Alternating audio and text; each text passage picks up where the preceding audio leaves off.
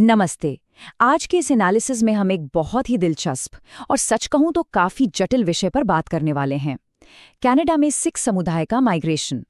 हम सिर्फ आज की न्यूज़ हेडलाइंस की बात नहीं करेंगे, बल्कि पिछले 120 सालों का इतिहास, वहां की राजनीति और इकोनॉमिक्स को समझेंगे। तो चलिए बिना देर किए सीधे शुरू करते हैं। अब एक बहुत ही हैरान करने वाला जनसांख्यिकीय आंकड़ा यानी डेमोग्राफिक डेटा देखते हैं।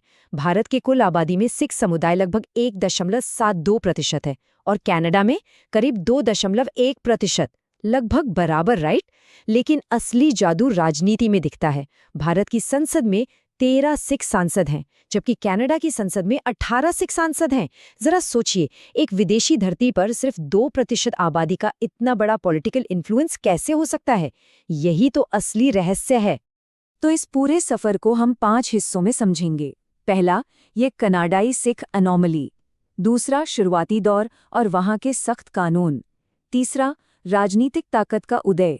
चौथा, 80 के दशक की उथल-पुथल। और पांचवां, आज के पंजाब की आर्थिक सच्चाई।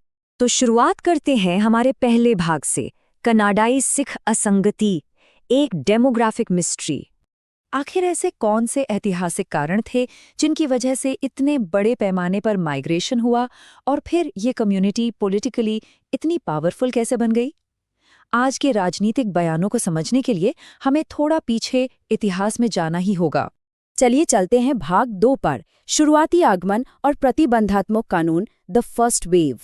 कहानी शुरू होती है 1897 में। महारानी विक्टोरिया की डायमंड जुबली थी और ब्रिटिश भारतीय सेना की सिख रेजिमेंट ब्रिटेन गई हुई थी। लौटते वक्त वो कनाडा के वैंकूवर से गुजरे। वहां के खुले माहौल और मौकों को देखकर पहली बार पंजाब से लोग काम की तलाश में वहां जाने लगे। लेकिन जैसे ही उन्होंने वहां मेहनत से पैसा कमाना शुरू किया, तो लोकल लोगों के साथ उनका आर्थिक टकराव होने लगा। नतीजा, 1907 के वैंकूवर के भयानक दंगे।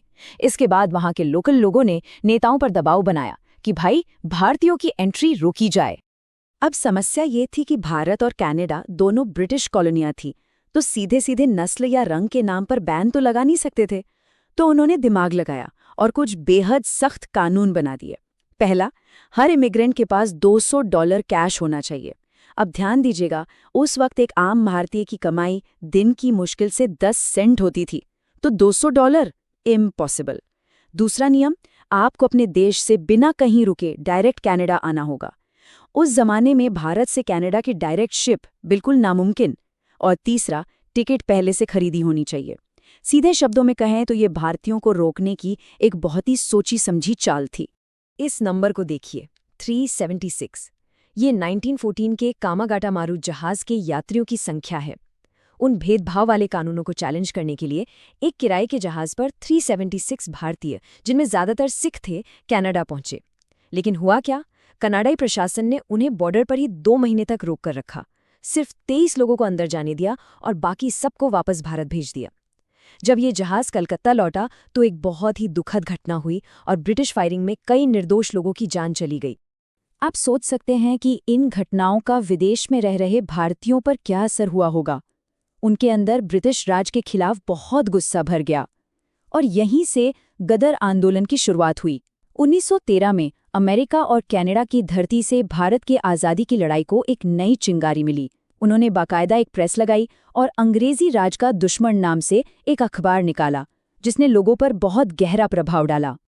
अब आते हैं भाग 3 पर, राजनीतिक शक्ति का उदय, सिस्टम में महारत हासिल करना।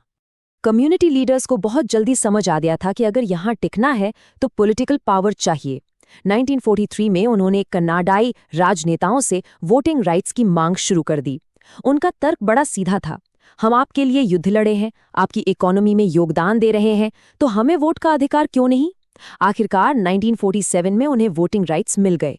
फिर 1961 में एक बहुत बड़ा बदलाव आया जब लिबरल पार्टी सत्ता में आई और उसने इमिग्रेशन के नियम काफी आसान कर दिए। इसके बाद तो वहां माइग्रेशन की एक नई लहर सी आ गई। अब यहाँ आपको कनाडा का पॉलिटिकल सिस्टम समझना होगा, जो भारत से बिल्कुल अलग है। भारत जैसे देशों में टिकट कौन तय करता है? पार्टी की टॉप लीडरशिप, यानी फैसले ऊपर से नीचे आते हैं। लेकिन कनाडा में ऐसा नहीं है। वहाँ उम्मीदवार को लोकल मेंबर्स के सिग्नेचर इकट्ठे करने होते हैं, यानी वहाँ का ग्रासरूट लेवल का मेंबर तय करता है कि पार्टी का नेता कौन होगा। ये बिल्कुल बॉटम अप अप्रोच है। और ठीक यहीं पर इस कम्युनिटी की सबसे बेहतरीन स्ट्रैटेजी काम आती है। देखिए, गुरुद्वारे सिर्फ धार्मिक स्थल नहीं हैं, वो कम्युनिटी के सेंटर की तरह काम करते हैं, एकदम मजबूत हब। इसकी वजह से समुदाय पूरी तरह से एकजुट रहता है। वे अपने वोट्स या सिग्नेचर अलग अलग कैंडिडेट्स में बांटकर खराब नहीं करते। वो एक साथ आते हैं और किसी एक ही कैंडिडेट के पीछे अपनी पूरी ताकत लगा देते हैं। इसी गजब की एकजुटता की वजह से वो 2.1% की आबादी अपने साइज से कहीं ज्यादा बड़ा पॉलिटिकल इम्पैक्ट डालती है। इसका एक बिल्कुल परफेक्ट और रीसेंट एग्जाम्पल है ये नंबर 47,000।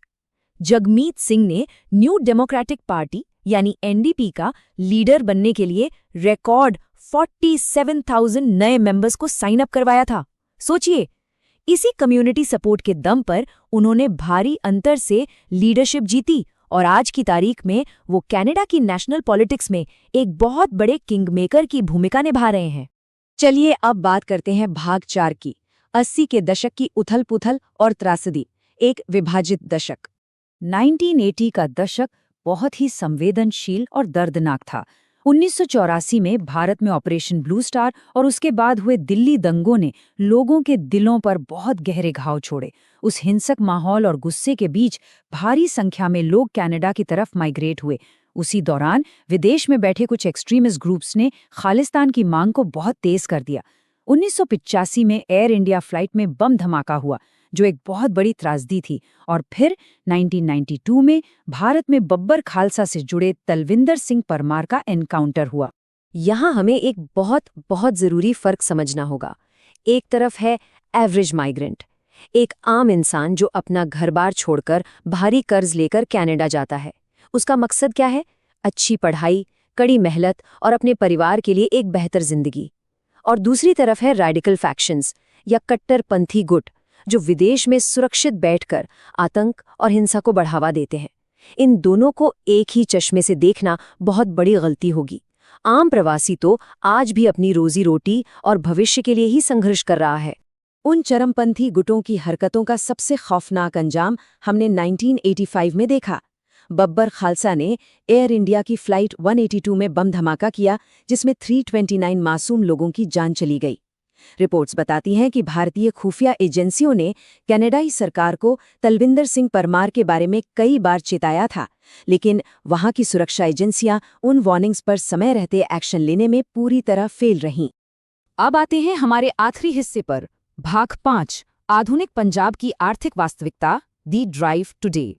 आज के समय में पंजाब से जो पलायन हो रहा है ना, वो किसी पॉलिटिकल विचारधारा की वजह से नहीं है, वो पूरी तरह से इकोनॉमिक है, पैसों से जुड़ा है। हरित क्रांति यानी ग्रीन रेवोल्यूशन ने भारत की भुखमरी मिटाई और पंजाब देश का फूड बॉल बन गया। लेकिन क्या हुआ?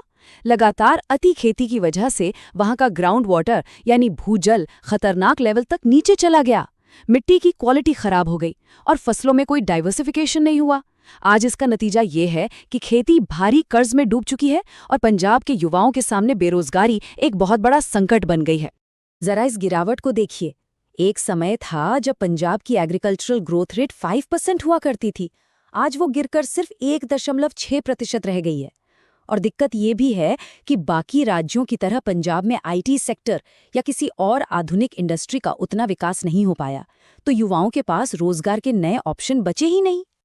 और इन तमाम नीतियों का फाइनल रिजल्ट है ये बड़ा सा नंबर, 2.92 लाख करोड़ रुपए। जी हाँ, आज पंजाब राज्य के ऊपर इतने बड़े कर्ज का भारी बोझ है।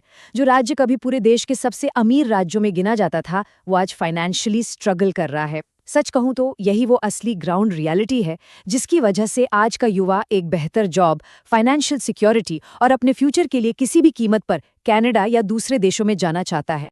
तो इस पूरे एनालिसिस के बाद एक बहुत ही गहरा सवाल हमारे सामने आता है। आर्थिक मजबूरियां और पिछली पीढ़ियों की ऐतिहासिक यादें, ये दोनों मिलकर किसी भी ग्लोबल डायस्पोरा का भविष्य कैसे तय करती हैं? आज हमने देखा कि ये कोई एक आध दिन का मुद्दा नहीं है। ये इतिहास, राजनीति और अर्थव्यवस्था की एक बहुत ही जटिल चक्र की कहानी है, जिसका असर पीढ़ियों तक रहता है। इस बारे में जरूर सोचिएगा। इस गहरी चर्चा में हमारे साथ जुड़ने के लिए आपका बहुत बहुत शुक्रिया।